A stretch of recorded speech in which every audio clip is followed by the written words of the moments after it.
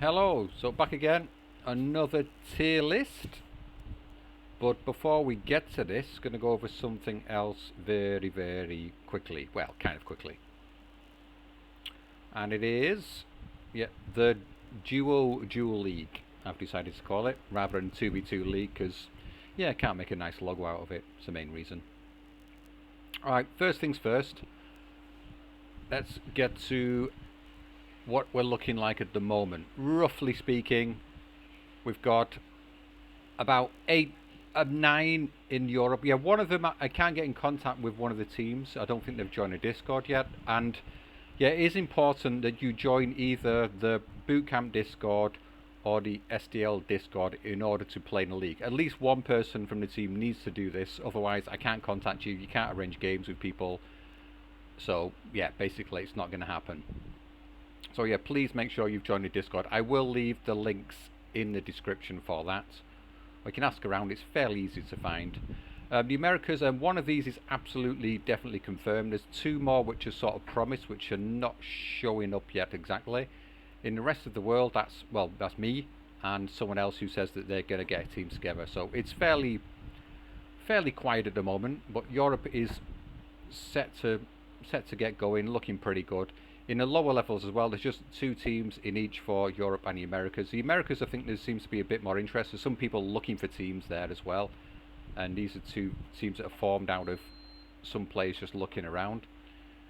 But we're going to make a big push in around start of February, get some people to do announcements for me. There are a very surprising team in Europe I didn't expect to see, to be honest. But yeah, I'll keep that secret for now. But it's, yeah, a very interesting team that's going to be in the European competitive, so that should be fun. Other than that, yeah, I just want to say I've been speaking to someone called Beowulf. He's on about making it more on different ways to do the leagues, because it might not be particularly fair if I split. Well, I'm sort of expecting to get to 16 teams with the European one, which would then split it into 4 groups of 4, which I'm going to try and seed them as best I can, because I do know quite a few players, so I've got a decent idea of who is good and who's not good. But there might be a situation where the better teams do not make it through. But what I'm going to do in that case is I'm going to say for like the 3rd place teams, if they want to challenge, like teams don't win the first round of the playoffs, then they can challenge them. So for next season, they can then push them out and get into Division 1, because I will split the league into Division 1 and Division 2. Anyway, yeah, that's getting ahead of myself quite a bit. Yeah, but the rest of the world, there's no lower level teams in here. I'm honestly not really expecting any, but I know the Chinese community, they are playing a 2v2 tournament at the moment, so we'll see what happens after that. And I have asked someone, and there is some interest, so but we might get a few more in competitive, so hopefully I'll be able to play. But if not, then maybe I'll be a bit part of an American team or something, even though they're 12 hours difference to me, which is, anyway, yeah, not a big deal. Anyway, moving on from that, now this is something I'm really going to be trying to push hard, the Super Noob or Casual League. So as it says here, yeah, season will consist of 4 challenges against AI opponents. So teams can play scenarios as many times as they can manage each week, and score points according to their success against the AI. So if you play against medium and you beat it, you're going to get 1 point. But then you might win, you might thought that's really easy. So you then play against very hard AI, and you can't beat it, so then you go down to hard, and you don't have much time left in the week, so you can play 1 more game against hard, and you manage to beat hard, then you get 2 points.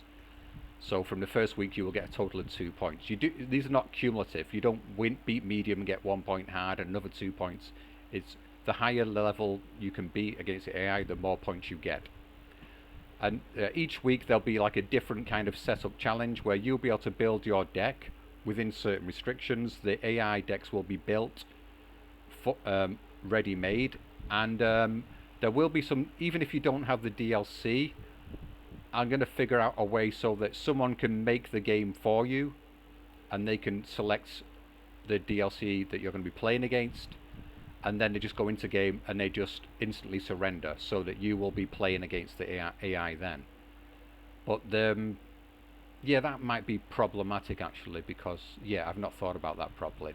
That would only work for if you're playing medium level. If you're playing hard, I'm pretty sure the AI always defaults to medium, so if someone surrenders, yeah, scratch that. That's probably not going to work. But anyway, we'll work it out. We'll work it out. So it's a work in progress. Getting some people to help me out. Anyway, after 4 weeks, the team or the teams with the most points will claim the John Connor Award for their efforts to overthrow AI. If you know Terminator, it's a throwback to that. And this is completely optional. There'll be a grand finale. So once all the AI games are complete, if you then feel up to playing against other humans, you can do so, and they will be seeded depending on, you know, how high you finished in points overall. And this is not a regional league anyway, so it's basically you can play anywhere. So the human v human thing at the end might be a little bit difficult to schedule if there's teams from all over the world, but most of the teams seem to be based mostly sort of Europe and Americas. Hopefully we get some new Chinese players, but who knows? Maybe some Aussies. But that is what it is. And I say I really want to get more players into the game. So this is what this is for. And the game's going to be set up so they're going to sort of hopefully teach you a different element of the game in each setup. And it should be interesting and a bit of fun anyway. So you don't have to take it super serious.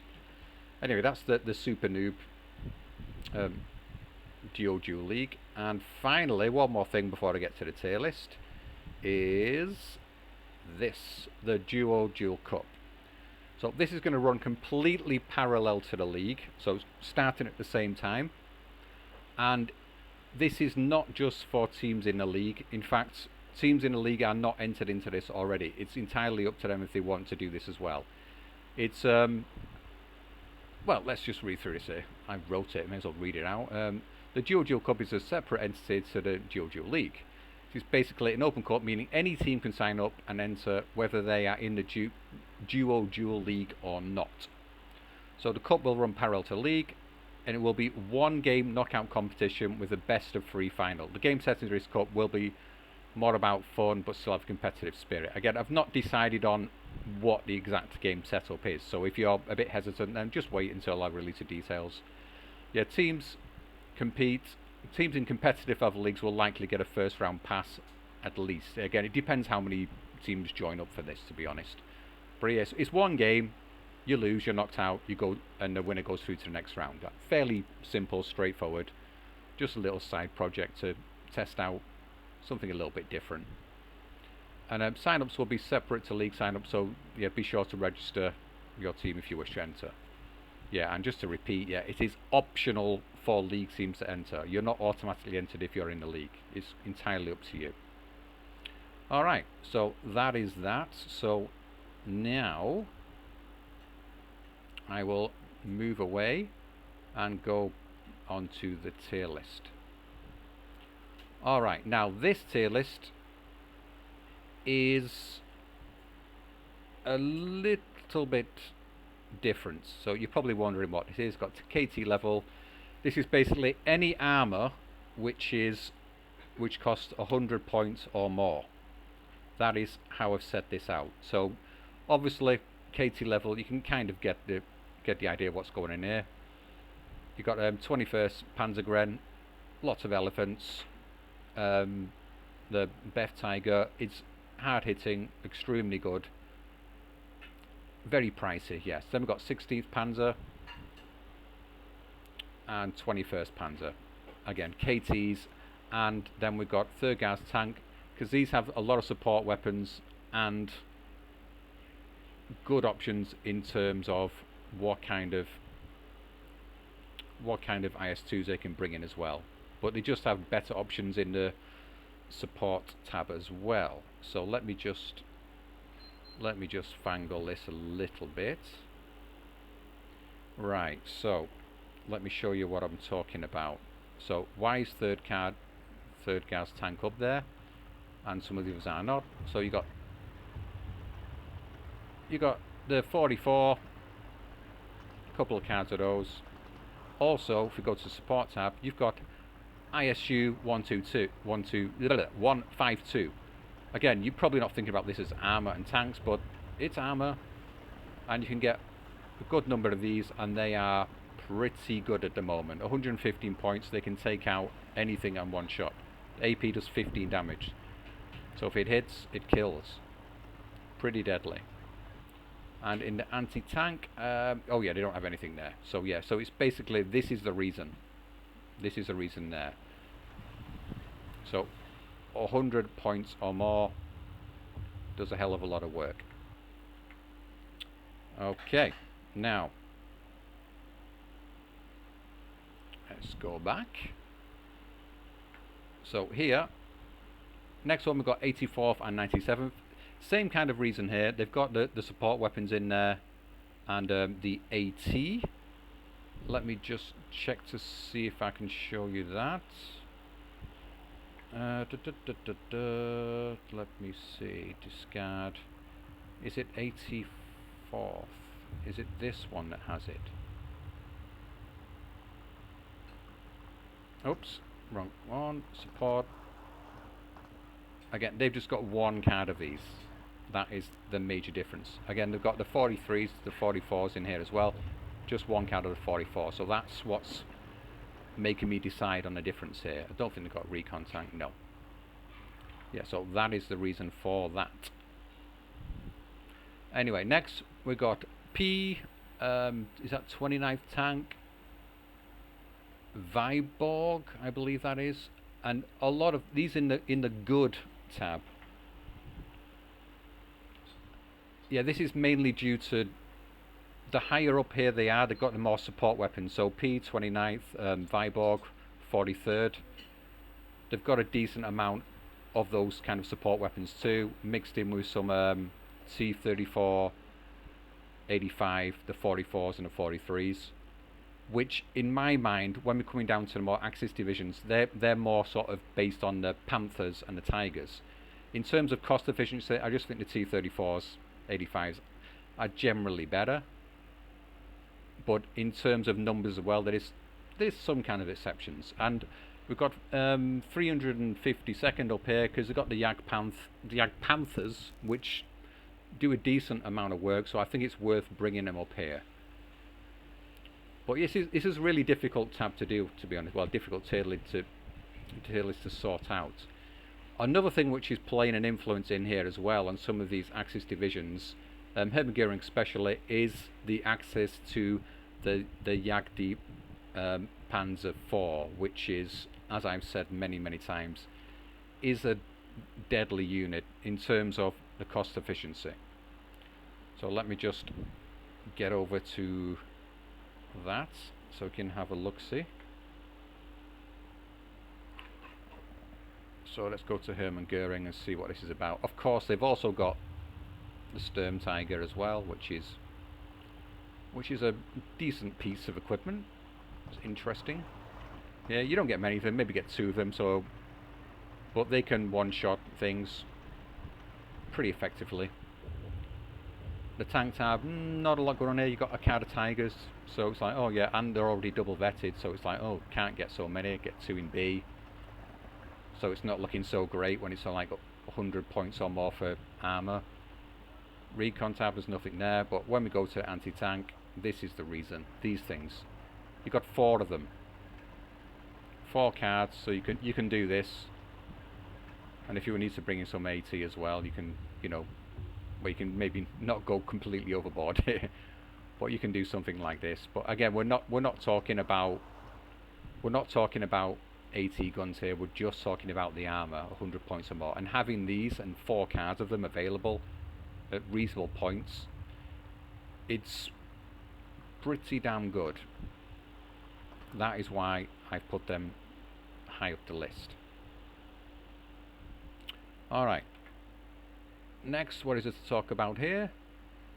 Yeah, lots of Panthers and 116th, 5th Panzer, Grosse Deutschland, 4th Fallschirmjäger. They have an elephant in there, and they've got like a tiger. It's more to do with the numbers. You don't have so much, so it doesn't really do it for me there.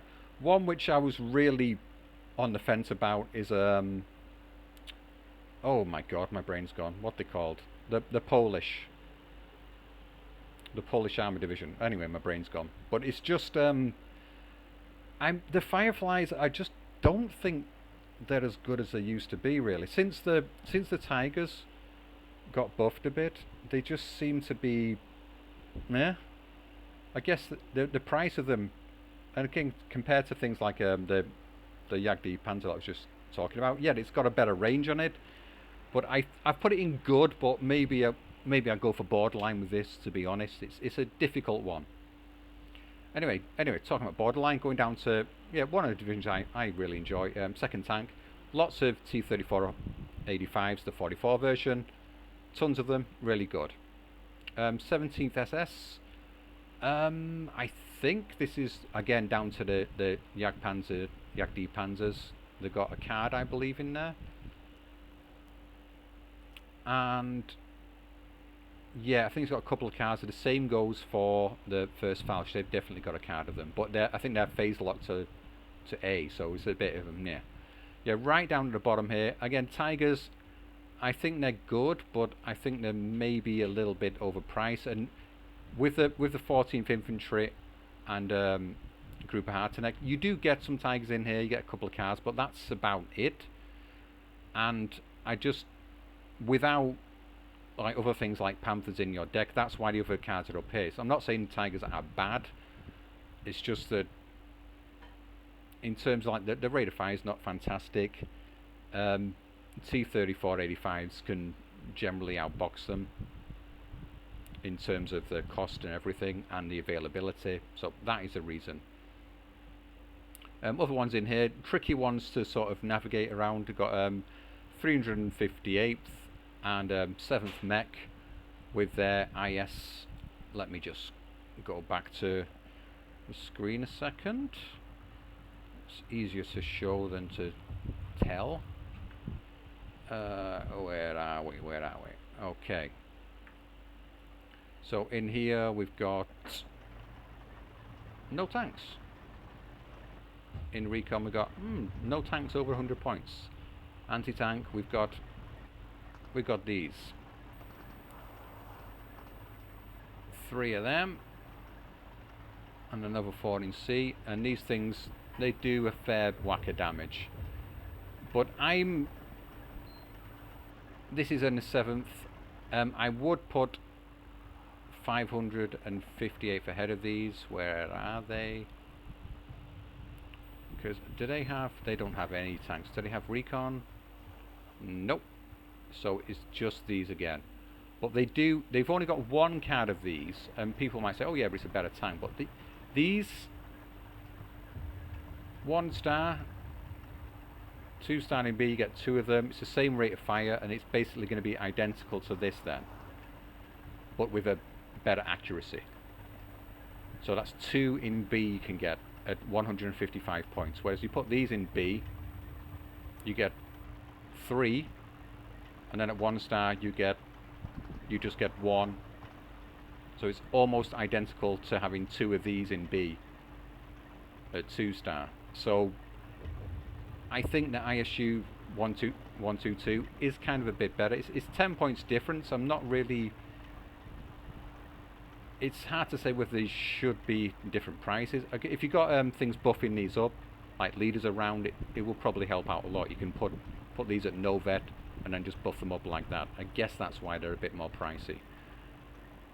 But you still don't increase the rate of fire. Oh, you do at 2 stars. Sorry, my mistake. But anyway, that's my thinking behind that. And let's just go back. What else we got in here now? And yeah, desperate. So 20th Panzer, they've got an IS-2. They've got one single IS-2. So I would call this desperate measure if you're looking for like long range, 100-point tank kind of thing. You got one. It's a good one, but you just got one. Third armors, you got jumbos, very useful, very interesting things. 11th SS, I can't recall actually. I think they might have a card of Jagdpanzers or something, possibly a Panther as well. 52nd, they've got lots and lots and lots of Panthers. You only get 3 in B, and then you get the rest of them in C, so not fantastic. Pansari, you've got the 152, you've got one of those, and then you've got some T-34-85s, but they've only got the shorter range, so it's the 43 version, is it, or something? Yeah, so it's got the shorter range on it. And AK, I can't say it, was it Armour Crack? Yeah, anyway, that Polish one. They've got, you can get a few Panthers in here and a Tiger, so yeah, that's something. Ski Jaeger, again, you've got the KV2, and you've got some T-34-85s as well. But I think that, oh no, these in sorry, Pansari, they do have the 2K range. It's the ones in Sturm Ski Jaeger that don't have the 2K range. And then we've got Bazooka. I can't recall what these have. Probably some T-34-85s, maybe a card of it, something like that. Can't recall. And oh yeah, it's just to mention here, yeah, the 126. Now the Gorno Strelki, these have got the KV-85s in, and that is why 26 is up here as well in the good, because they've got pretty decent armor. It's hard, solid stuff, and you get the IS-2 in there as well. But other than that, there's not quite so much. And Korok, you do get some Tigers in there. And finally, we've got Canadian, which has literally one card of the Firefly. So not fantastic. In terms of the new divisions, we can go and take a little goosey gander at that now. Let's have a look. Here we go. There's only 2 that are viable for this. One of them is, where is it? I keep saying 4th, yeah, it's Corporal 6th Territorial. Tanks, again, you own their phase lots, which is annoying, but you can get plenty. You get a lot of them. And 1944s, nice tank. You just have to hold off in A, so the availability, I would put these in. I would put these, if I was going for the tier list, I'd put these in the borderline, I would say. Probably mid-borderline. Because although if you can just get through A, then you've got those tanks to do some work for you. But, yeah, again, in terms of, like, we're just looking at the ISU 122s, I think I'd put them just above those divisions, if I was completely honest. Because even though, because the ISU 122s, you can get like one of them in A, because they're kind of a bit phase locked because of the availability, to be honest. Anyway, now the other one, which is a possibility, is, where are you? Where are you? Here we go. It's the Panzeros, the new division, and you got a card of Tiger, and then they're not up-vetted, they're not phase locked other than A and B, so you get 4 in B, pretty nice. You got a Panther here as well. Even if you don't like Panthers, they're in terms of over 100 points for tanks, they're up there. They do some work. I think it was like mobile AT guns, really. You got this, and if we're going at 100 points in armor, you also have, you may think I'm joking, but you also have these. And these can kill tanks. You won't be using them as tanks in the game, but for the sake of like saying it's 100 points upwards, these will count as that. Not for the heat. I don't think I've ever killed anything with one of these with heat, to be honest, because it's like 750 meter range. But the AP, you might think, oh, 75mm pen, that's not going to kill much. This will wreck mediums. 1v1 against Shermans, Panzer IVs. If it gets one bounce or they get one miss, because the reason is this, if you've got it at 1 star like this as well, it's 89 rounds per minute. That's more than 1 shot a second, causing suppression of 72. So yeah, do the math. You're going to stress out the tank something rotten. You're likely to get a crit in there as well. And then when it's retreating, you get a side shot in. These can and have killed tanks in the times I've used them. Obviously, when I've been using them in Lovas of the Hardest Division, and so I wouldn't really go and throw them away killing tanks that often. But with this division, it'd be something to think about doing. It'll be interesting. Anyway, let's get back. And yeah, I believe that is about it. With the other tier lists I've done the mid-range sort of infantry and the CQC infantry. I will come and readdress those now that the new divisions come out, but I really sort of need to play them a bit more and learn a bit more about them. The Hungarians look ridiculously strong, some of them. The Hads, oh, I forgot how to say it. That one especially looks really good. And the Zrinyi, however you say that, them tanks, mostly basically support armor. They're just really nice. Really having fun with those. You'll see me play a game of those against Farad Rommel fairly soon in game 2 of the monthly tournament. Yeah, I really enjoy those. Anyway, that's about it for now. And just to repeat again, I'm going to keep on banging on about this, and that is this, and especially the Super Noob. So if you're out there and you're sort of watching this and you don't really play the game much, maybe you just play solo game, but you won't mind getting involved with some other people. I do see a lot of people actually queuing up in lobbies, like looking for games playing against AI. So this will be perfect for you. Absolutely perfect. Again, it's not a heavy schedule. It's like play a game a week, and that's it. And if you're not sure you can make it, you can maybe get like 2 or 3, 4 people. So if you've not got time to do it, someone else can jump in for you. But just go for it. It's a bit of fun. I say that's why it's Super Noob stroke casual. Just have a good time with it. Alright, that's it for now.